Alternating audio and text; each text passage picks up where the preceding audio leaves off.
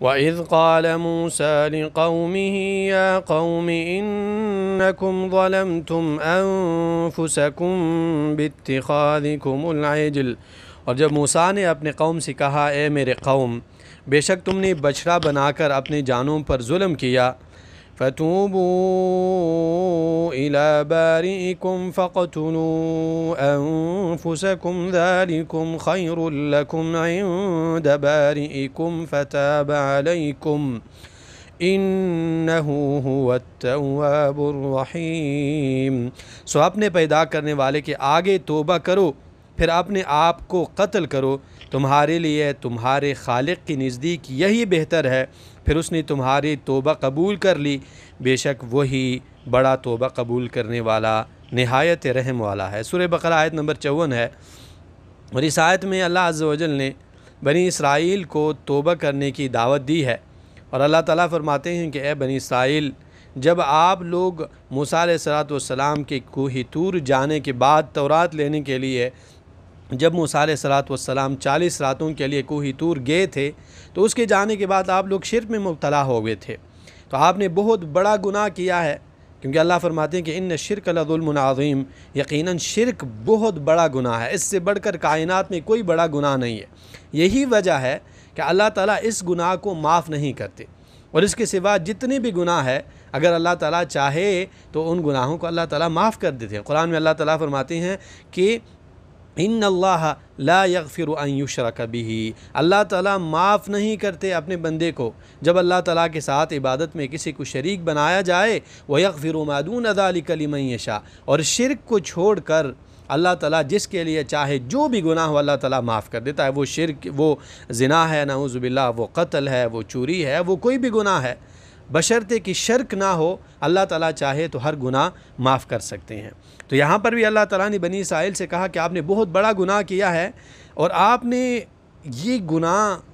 کس ذات کے ساتھ کیا ہے؟ ایسے ذات کے ساتھ کیا ہے کہ اس ذات نے آپ کو پیدا کیا ہے، اس نے آپ کے بدن کے پارٹس بنائے ہیں، وہ ایسی ذات ہے جس نے آپ کے ماں کے پیٹ میں رہتے ہوئے بھی اس نے آپ کی تربیت کی ہے، آپ کو انہوں نے رزق دیا ہے، جب آپ باہر آئے بچے تھے تب انہوں نے آپ کی تربیت کی ہے، آپ کو کھانے کے لیے پینے کے لیے دیا، آپ کی حفاظت کی ہے فرشتوں کے ذریعے، آپ جوان ہوئے تب بھی اس ذات نے آپ کا ساتھ دیا، بڑھاپے میں وہی ذات آپ کا سہارا ہے، کل کائنات آپ کو چھوڑ جائے اللہ تعالیٰ ہی آپ کا سہارا ہوتا ہے۔ اس ذات کے ساتھ آپ نے شرک کیا ہے، اس ذات کے ساتھ آپ نے کسی کو شریک بنایا ہے،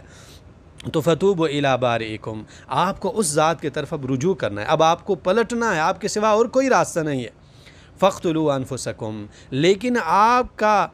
پلٹنا اور آپ کی توبہ یہ نہیں ہے کہ آپ کہیں کہ اللہ ہمیں معاف کر دیں اور اللہ ہم معافی چاہتے ہیں، نہیں، آپ کی توبہ یہ ہے کہ آپ ایک دوسرے کو قتل کریں گے۔ اور علماء نے دو چیزیں یہاں پہ ذکر کی ہے کہ بعض علماء کہتے ہیں کہ جب انہیں یہ حکم دیا گیا کہ آپ ایک دوسرے کو قتل کریں تو انہوں نے کہا کہ اب باپ بیٹے کو کیسے قتل کر سکتا ہے، بھائی بھائی کو کیسے قتل کر سکتا ہے، ہسبینڈ بیوی کو کیسے قتل کر سکتا ہے؟ تو کہتے ہیں کہ انہیں حکم دیا گیا کہ جب اندھیرا چھائے گا تو آپ ایک دوسرے کو قتل کریں، کیونکہ آپ کو پتہ نہیں چلے گا کہ کون کسی کو قتل کر رہا ہے۔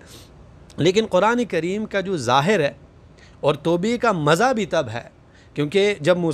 روایات میں یہ ہے کہ جب موسیٰ علیہ السلام نے ان میں انابت اور رجوع دیکھا اور یہ دیکھا کہ یہ اللہ تعالیٰ کی طرف پلٹنے والے ہیں، تو موسیٰ علیہ السلام نے اللہ سے دعا کی کہ اللہ تعالیٰ ان کو معاف کر دیں، تو اللہ تعالیٰ نے انہیں توبہ کی توفیق دی۔ تو اللہ تعالیٰ نے فرمایا کہ اب آپ لوگوں کا توبہ یہ کہ آپ ایک دوسرے کو قتل کریں گے، اور قرآن کا ظاہر یہ ہے کہ قتل کریں گے مطلب بالکل روشنی میں، آپ دیکھ رہے ہوں گے، باپ دیکھ رہا ہوگا کہ میں بیٹے کو قتل کر رہا ہوں، بھائی دیکھ رہا ہوگا کہ میں بھائی کو قتل کر رہا ہوں، ہسبینڈ دیکھ رہا ہوگا کہ میں بیوی کو قتل کر رہا ہوں، تو تب جو ہے اللہ سبحانہ و تعالیٰ کے سامنے ان کی دلوں کی تڑپ اور ان کی توبہ کی سچائی صحیح طریقے سے جو ہے ثابت ہوگی، اور انہوں نے کیا، کیونکہ وہ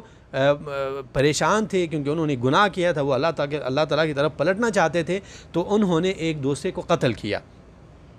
اور یہاں پہ مفسرین ایک بار اور بھی ذکر کر رہے ہیں کہ کیا جو مجرم نہیں تھے، یعنی بہت سارے لوگ بنی اسرائیل میں ایسے تھے جنہوں نے شرک نہیں کیا تھے، جیسے ہارون علیہ السلام تھے، ان کو منع کرتے رہے کہ آپ شرک کر رہے ہیں، یہ جو بچڑا ہے یہ آپ کا معبود نہیں ہے، رب کائنات تو عرش پر ہے۔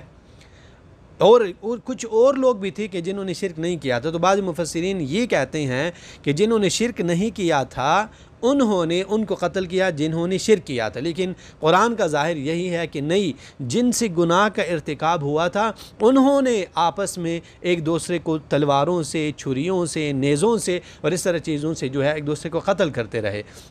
تو جب اللہ تعالیٰ نے ان کے دلوں کی سچائی دیکھی تو بعض روایات میں ہے کہ اچانک ان کے ہاتھوں سے قتل کرنے کے جو اسباب تھے، کچھ لوگوں کو قتل کرنے کے بعد وہ خود گر پڑے، یعنی اللہ تعالیٰ کے سامنے ان کا توبہ قبول ہو چکا تھا۔ اور بعض روایات میں یہ ہے کہ اللہ سبحانہ وتعالیٰ نے جب ان کی سچائی کو دیکھا تو موسیٰ علیہ السلام کو حکم دیا کہ ان کو کہیں کہ بس اب رک جائیں۔ اور یہ جو واقعہ ہے اس میں ہمارے لیے یہ سبق ہے کہ انسان سے جتنا بھی بڑا گناہ ہوا ہو، اگر وہ اللہ تعالیٰ کی طرف سچے دل سے رجوع کرتا ہے، سچے دل سے اللہ سبحانہ وتعالیٰ کی طرف پلٹتا ہے، جتنا بھی اس نے بڑا گناہ کیا ہو اللہ تعالیٰ اس کے توبے کو قبول فرما دیتے ہیں۔ فَاقْتُلُوا أَنفُسَكُمْ ذَلِكُمْ خَيْرٌ لَكُمْ عِنْدَ بَارِئِكُمْ فَتَابَ عَلَيْكُمْ، ایک دوسرے کو قتل کرو، آپ کے رب کے ہاں یہی بہتر ہے۔ فتاب علیکم، انہوں نے ایک دوسرے کو جیسے قتل کرنا شروع کیا، کچھ لوگوں کو قتل کیا، فتاب علیکم، اللہ سبحانہ تعالیٰ نے آپ کو توبے کی توفیق دی قتل کرنے سے پہلے اور آپ کے توبے کو قبول کیا قتل شروع کرنے کے بعد۔ انہ هو التواب الرحیم، کیونکہ اللہ سبحانہ تعالیٰ توبہ قبول کرنے والے نہایت مہربان ہے۔ اس آیت میں جو سب سے عظیم بات ہے، بڑی بات ہے، وہ یہ ہے کہ اگر ایک انسان سچے طریقے سے، یعنی سچے دل سے اگر ایک انسان چاہتا ہے کہ اللہ تعالیٰ اس کو ہدایت کا راستہ دے اور وہ سیدھے راستے پر چلے، تو اس انسان کو جاننا چاہیے کہ ہدایت کہاں سے انسان کو ملتی ہے۔ تو ہدایت جو ہے وہ ان کتابوں سے ملتی ہے جو کتابیں اللہ تعالیٰ نے نازل فرمائی ہے۔ تو ہدایت ان کتابوں سے نہیں ملتی جو کہانیوں کی کتابیں ہیں، جو قصوں کی کتابیں ہیں، جو تصوف کی کتابیں ہیں اور جو سائنس کی کتابیں ہیں، ان میں ہدایت نہیں ہے۔ اگر ایک انسان چاہتا ہے کہ اللہ تعالیٰ اس کو سیدھا راستہ دکھائے تو اسے وہی کتاب اپنانی ہوگی جو کتاب اللہ تعالیٰ نے ہدایت کے لیے نازل کی ہے۔ اور اس زمانے میں موسیٰ علیہ السلام کے زمانے میں وہ کتاب جس میں ہدایت پائی جاتی تھی وہ تورات ہے۔ اللہ نے قرآن عظیم الشان میں تورات کے صفات میں سے ایک صفت یہ بیان کی ہے کہ وہ ہدایت دینے والی کتاب تھی۔ اور اللہ کے رسول صلی اللہ علیہ وسلم کے آنے کے بعد اگر ایک انسان ہدایت کا راستہ چاہتا ہے تو اسے قرآن کریم کو پکڑنا ہوگا، قرآن کریم کو سمجھنا ہوگا، قرآن کریم پہ عمل کرنا ہوگا۔ تو اگر ایک انسان اللہ تعالیٰ تک پہنچنا چاہتا ہے، صحیح مسلمان بننا چاہتا ہے، صحیح معنوں میں اگر ایک انسان اپنے دل میں ایمان بھرنا چاہتا ہے تو اس کا واحد راستہ یہ ہے کہ انسان اللہ تعالیٰ کی کتاب کو، قرآن کریم کو اور محمد رسول اللہ صلی اللہ علیہ وسلم کی سنتوں کو، احادیث کو اپنائے۔